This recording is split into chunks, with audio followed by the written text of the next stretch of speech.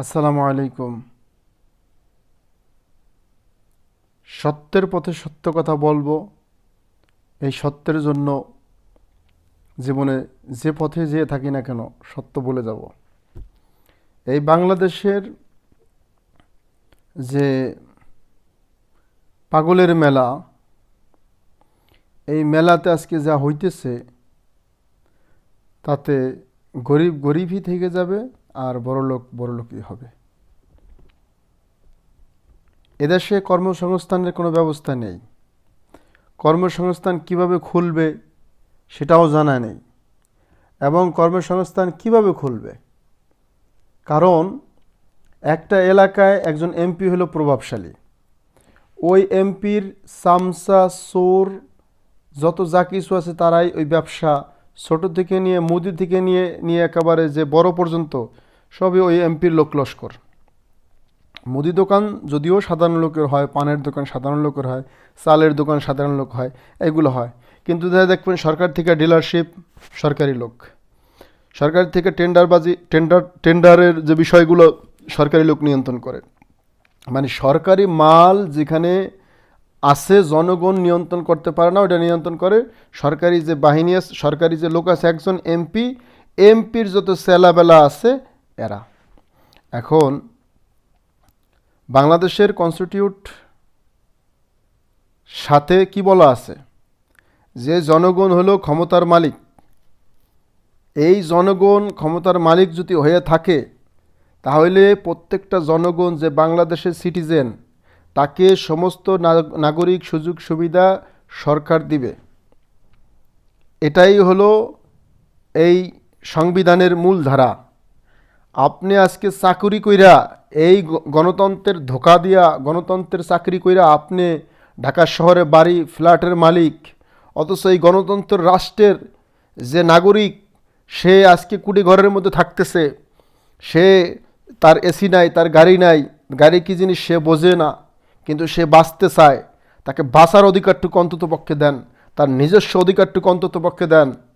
আর ধোকামি করেন না। বাংলাদেশের বছর 50 বছর হয়েছে, এই 50 বছরে আপনারা দুইটা পরিবার ভিত্তিক রাজনীতির মধ্যে নিয়ে আজকে সমাজটাকে এমন একটা দুর্যোগের অবস্থার মধ্যে ফেলাইছেন, গরিব মানুষ নিয়ে ভাবার আপনাদের সময় নাই। রাজনীতি কে কার পদবি কেড়ে নিল এই নিয়ে রাজনীতি দুই পরিবারতান্ত্রিক, কিন্তু মূল যে দেশ, এই যে চট্টগ্রামে ওই দিনকে সরকারি 50 বছর পর একটা রায় হয়েছে। কী রায় হয়েছে? 50 বছর পর রায় হয়েছে 14,000 লোককে কোনো ব্যবস্থা ছাড়াই ওই জায়গা ছেড়ে দিতে হবে। এটা গণতন্ত্র নয়। ওই 14,000 লোকই একটা আইন, একটা কনস্টিটিউট, এটা মনে রাখতে হবে। ওই 14,000 লোকের কাছে আপনার আইন, উচ্ছেদ আইন, আপনার যত ধরনের আইন আছে সমস্ত আইন তুচ্ছ। আপনি ওই 14,000 লোককে, আপনি কি ল পড়ছেন আমি জানি না, আপনার লয়ের প্রতি আমার ধিক্কার, আপনার শিক্ষার প্রতি আমার ধিক্কার। আপনি যে 6 জন আইনজীবী আপনারা যে এই রায় দিচ্ছেন যে 14,000 লোককে উচ্ছেদ করবেন, আমি এটা খুব ব্যথিত হয়েছি, কারণ তারা বাংলাদেশের নাগরিক, তারা বাংলাদেশের সংবিধানের রচিতা, তারা বাংলাদেশের সংবিধান তাদের ঘিরে। আর আপনারা সেই সংবিধানের কর্মচারী বিচারক মাত্র, আপনারা আজকে তাদের মুখকে এভাবে জড়াই ধরছেন। না, এটা উচিত নয়, এটা অবশ্যই উচিত নয়। আপনারা পড়াশোনা করছেন, পড়াশোনার একটা অক্ষর আপনাদের মনে নাই। আপনারা যেটা করতেছেন এটা আপনাদের মন গড়া, আপনাদের আক্ষেপ, মনের আক্ষেপ। আপনাদের এটা বিচার ব্যবস্থা নয়। যদি বিচার ব্যবস্থা হয়, স্বাধীনতার পর 4টা রেকর্ড হয়েছে, এই 4টা রেকর্ড বুঝাই দেওয়া একজন মানুষ যদি কেস করে আর একজন মানুষের বিরুদ্ধে 1 বছরের বেশি লাগার কথা না, 6 মাসের বেশি লাগার কথা না, 2 মাসের বেশি লাগার কথা না, 4 ঘন্টার বেশি, এই 4টা পর্চার বেশি, 4টা পর্চা বোঝার জন্য 4 ঘন্টার বেশি লাগার কোনো কথা না। আমি 4 ঘন্টা, এক একটা ঘন্টা করে এক একটা পর্চা দিছি। এক একটা পর্চার মধ্যে কয়জন শরিক থাকে? নয়তোবা 10 জন, নয়তোবা 50 জন সম্ভব। তাহলে পরে আজকে আপনারা সময় ক্ষেপণ করতেছেন, মানুষকে ধোকা দিতেছেন, মানুষকে ধোকা দিয়ে মানুষকে গলা চিপে ধরতেছেন। আসলে উচিত না, এটা আসলে উচিত না। গণতন্ত্রের কথা বলতেছেন, আসলে দোষটা তো এটা না। আপনি লেখাপড়া করছেন ঢাকা ইউনিভার্সিটিতে, যেখানে কোনো পরিবেশ নাই, যেখানে ছাত্রদের বাবা যেভাবে শেখছে ছেলে ওইভাবে শেখে, বাবা যেভাবে ঘুষ খাইছে ছেলে ওইভাবে খায়। এই যে জাতিগত পরিবর্তন নাই, এই পরিবর্তন করার জন্য আপনারা দেশে বিদেশে যখন ভ্রমণ করেন তখন আপনাদের জ্ঞান করা উচিত, আপনাদের পরিবর্তন আনা উচিত। না রে, আপনারা তো দেশে ঠিকই নারীবাদী আইন, আপনারা তো দেশে ঠিকই সেকুলারবাদী আইন আনার জন্য বিদেশ থেকে আপনারা যান। অত আইন দিয়ে কি করবেন? জনগণ যেখানে বসবাস করবে সে জায়গাকে নিরাপত্তা রাখুন, সেটা কোরআনিক আইন হোক আর সেটা যে আইনই হোক। আইন, কোরআনের আইন দিয়ে মানুষ যে জনগণ যেখানে বেশি বসবাস করে ওই জনগণের ওই আইনই চালানোটাই হলো সবচেয়ে বুদ্ধিমানের কাজ। আইনটা গলায় ঝুলাঙ্গের কাজ না, তাবিজ না। আইনটা হলো জনগণের কল্যাণে যে আইনটা কাজে আসবে, যে আইনটা কথা বলে। মৃত আইন, এই আইন সাক্ষী না দিলে হবে না। আরে ভাই, আপনার মেধা আছে না, আপনি সাক্ষী খুঁজতে যান কিসের জন্য? একটা হলো ক্রিমিনালিটি, একটা হলো দেওয়ানি। দেওয়ানি মামলায় আপনার সাক্ষী না, আপনার সাক্ষী আপনার কাগজপত্র। আপনার রেজিস্ট্রেশন অফিসগুলোকে আপনি ডিজিটালাইজ করেন। আপনি এক টিভির মাধ্যমে আপনি দলিল দেখতে পারবেন, কোন দলিলটা 2 নম্বর, কোন দলিলটা 1 নম্বর। যে সময় দলিল হইতেছে সেই দলিলের 4টা কপি আপনি সংরক্ষণ করুন। আপনার এসিল্যান্ডগুলোতে আপনি সব জায়গাতে আপনি গুরুত্ব দেন, ঠিক আছে? যে এই অমুক ব্যক্তি আইডি কার্ডের, প্রত্যেকটা মানুষের যে আইডি কার্ড, সেই আইডি কার্ডগুলো দিয়ে যখন কোনো কাজ করবে ওই আইডি কার্ডগুলো 4টে জায়গায় চলে যাবে যে এই আইডি কার্ডের মালিক এই জায়গাগুলো কিনছে, এই করছে। তো দেশকে চালানোর জন্য আপনাদের এই নেটওয়ার্ক, এই অত্যাধুনিক ব্যবস্থা আপনাদের মধ্যে নাই। বহির্বিশ্বে যান, আজকে ইউরোপের মধ্যে আসেন, দেখেন এখানে একটা মানুষের একটা আইডি কার্ড দিয়ে নিয়ন্ত্রণ করে। কোনো একটা অফিসে কোনো একটা কাজ করার জন্য ওই আইডি কার্ডের একটা ফটোকপি দিয়ে আসেন, আপনার কাজটা হয়ে আপনার কাছে উপস্থিত হবে, আমি হয়ে গেছি।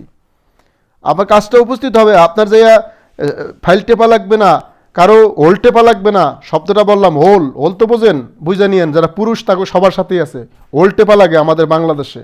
এরপরে টাকা নিয়ে দাঁড়াই থাকতে হয়। এটা গণতন্ত্রের কাজ নয়। এই যে কথাগুলো বলতেছি ব্যথা থেকে বলতেছি। শিক্ষার পরিবেশ আছে, আর কি শিক্ষা করাইতেছেন? এই শিক্ষার মান কোথায়? বাংলাদেশের শিক্ষা ব্যবস্থার মান কোথায়? একেবারে নিম্নমান।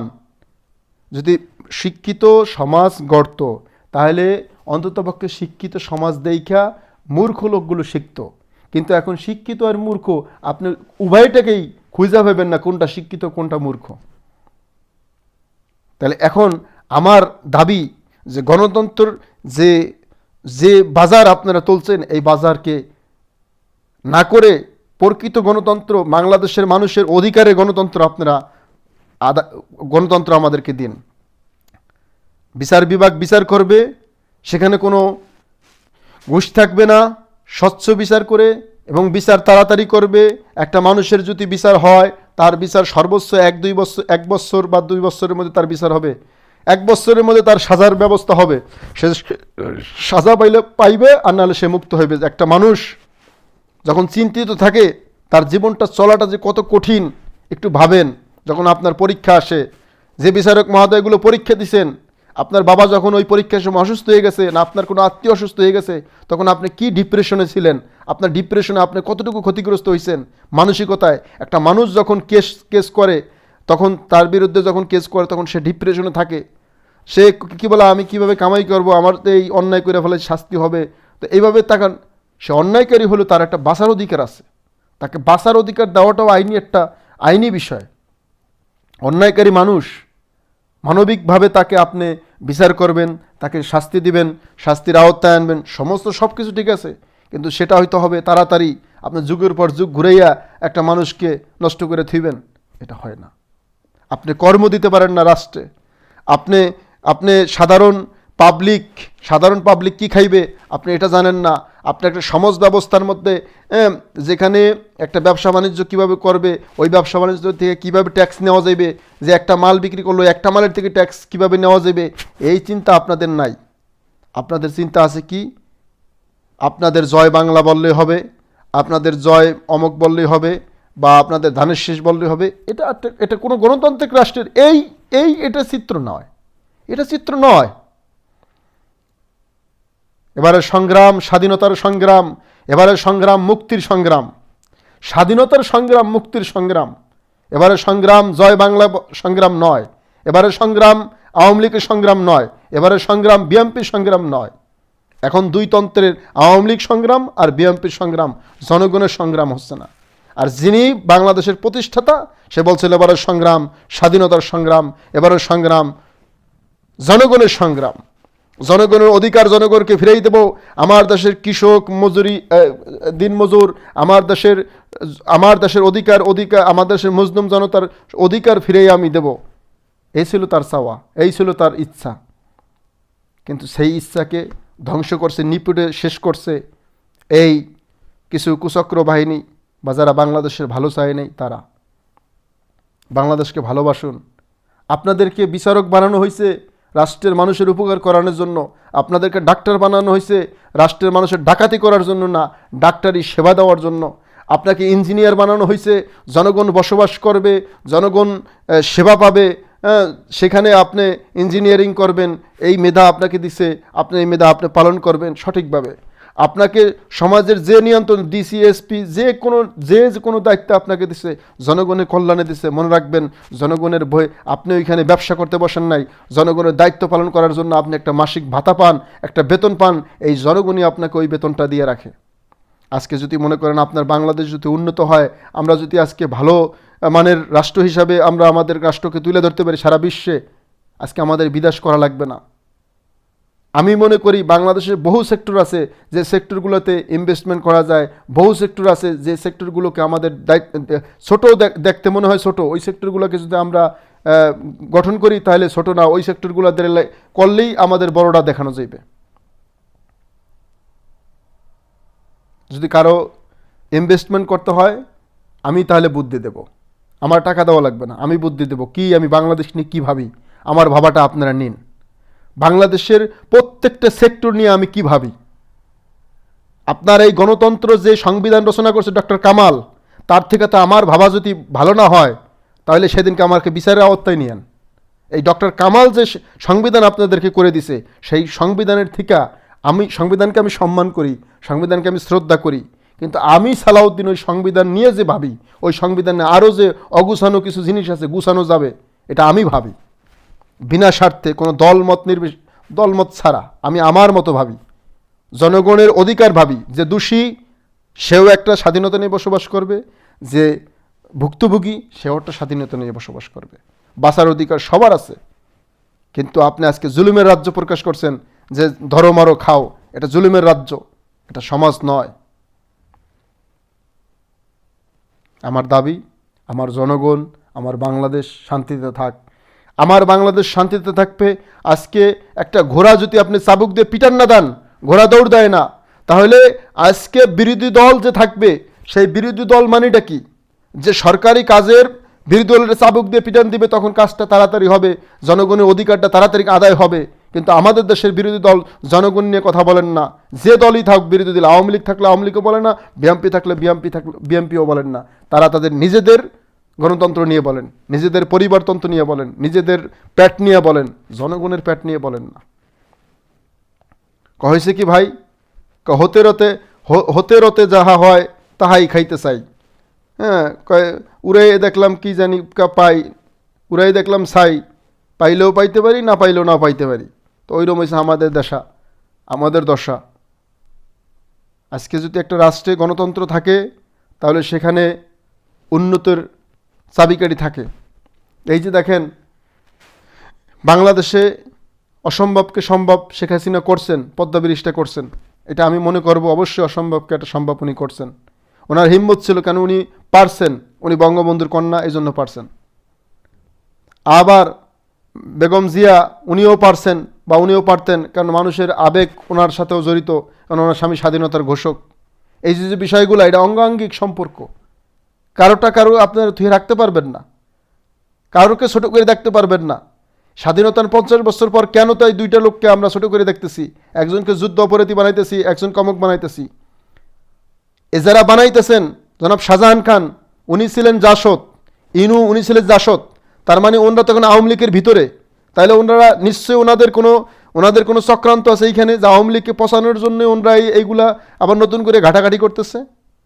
বেশি ঘাইটেন না, দুধের ধোয়া তুলসী পাতা কেউ না, দুধের ধোয়া তুলসী পাতা কেউ না, রাজনীতির অঙ্গনে দুধের ধোয়া তুলসী পাতা কেউ না। বেশি ঘাইটেন না, বেশি ঘাইটে গেলে আমরা ইতিহাস পড়ছি, আমরা জানি কে কি করছে, রাষ্ট্রীয়ভাবে এগুলো আমরা জানি, ইতিহাসের একটা দুইটা বই পড়ি নেই, এগুলো সব জানি, এই স্বাধীনতার ইতিহাস। জনগণের কল্যাণের জন্য অন্ততপক্ষে এখন চুপ থাকেন। একজন বুড়া হয়ে গেছেন, এখন আপনাদের রিটায়ার্ড, আপনাদের আইনিভাবে যদি আপনারা আইনকে মানেন, রিটায়ার্ড করেন ওইখান থেকে, ওই মন্ত্রী পদ থেকে, ওই সচিব পদ থেকে। আপনাদের মধ্যে বুড়াদের এই রাষ্ট্রে লাগবে না। লজ্জা করে না? বহুত ইয়াং ইন্টেলিজেন্ট পার্সন আছে যারা শিক্ষিত মার্জিত, তারা আজকে রাষ্ট্রের দায়িত্ব পালন করবে। ফালতু বুড়াগুলো রাষ্ট্রের সংসদে বসে থাকে, আজকে রাষ্ট্রের সমাজটাকে একেবারে 12টা বাজাই ছাড়তেছে। ফালতু সমাজ, অযোগ্য অশিক্ষিত এরা, সন্ত্রাস, এরা প্রত্যেকটা সন্ত্রাস। আমি আজকে বললাম, দায়িত্ব নিয়ে বললাম কথাগুলা। এই অযোগ্য অশিক্ষিতগুলাই এই সংসদে বসে আজকে সমাজটাকে আর উঠতে দিতে পারতেছে না। আজকে হাজার হাজার ছেলে আজকে শিক্ষিত হয়ে ঢাকা ইউনিভার্সিটিতে পড়ে ড্রাকিস্ট হয়ে যেতেছে, চাকরি নেই, বাকরি নেই। কিসের জন্য? অবুরা জানে, অবুরার যোগ্যতা আছে কিভাবে একটা রাষ্ট্রকে বিল্ড আপ করতে হবে।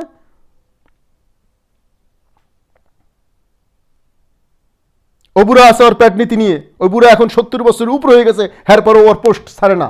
পৃথিবীর কোথায় আছে যখন মানুষ যখন বুড়ো হয়ে যায় তখন আবার সে রাজনীতির অঙ্গনে থাকে, সে ওটা ছাইড়ে দেয়। ওটা ছাইড়ে দিয়া ওই তার এই 70 বছরের মধ্যে সে তৈরি করে তাদেরকে আবার ওই জায়গায় বসায়।